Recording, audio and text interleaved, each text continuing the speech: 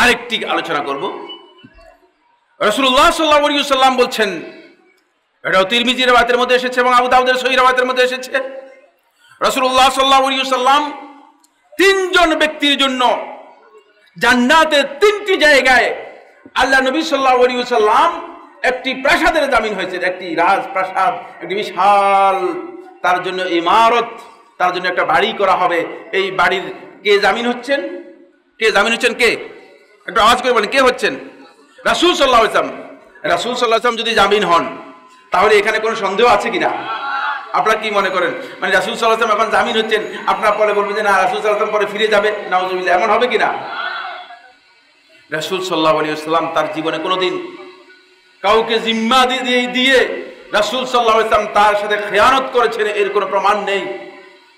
রাসূল সাল্লাল্লাহু আলাইহি ওয়াসাল্লাম নিজেই জামিন হচ্ছেন, বলছেন আনা যামিনুন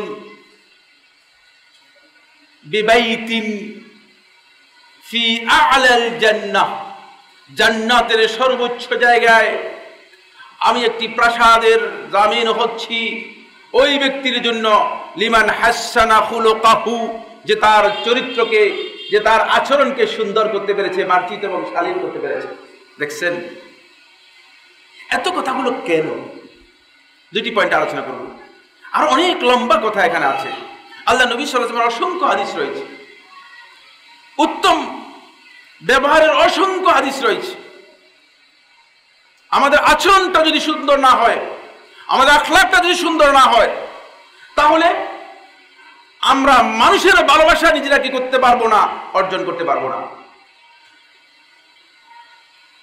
আহসিন ইলান নাসি তাস্তাবিদ কুলুবাহুম, কবি বলতেছেন মানুষের প্রতি তুমি ইহসান করো, ভালো ব্যবহার করো, অনুগ্রহ করো, মানুষের প্রতি উত্তম আচরণ করো, তাহলে তাদের প্রতি বদান্যতা দেখাও, তাহলে তাস্তাবিদ কুলুবাহুম, তাদের অন্তরটাকে তুমি নিজের অধীনে নিয়ে আসতে পারবে, তারা তোমার প্রতি ভালোবাসা দেখাবে।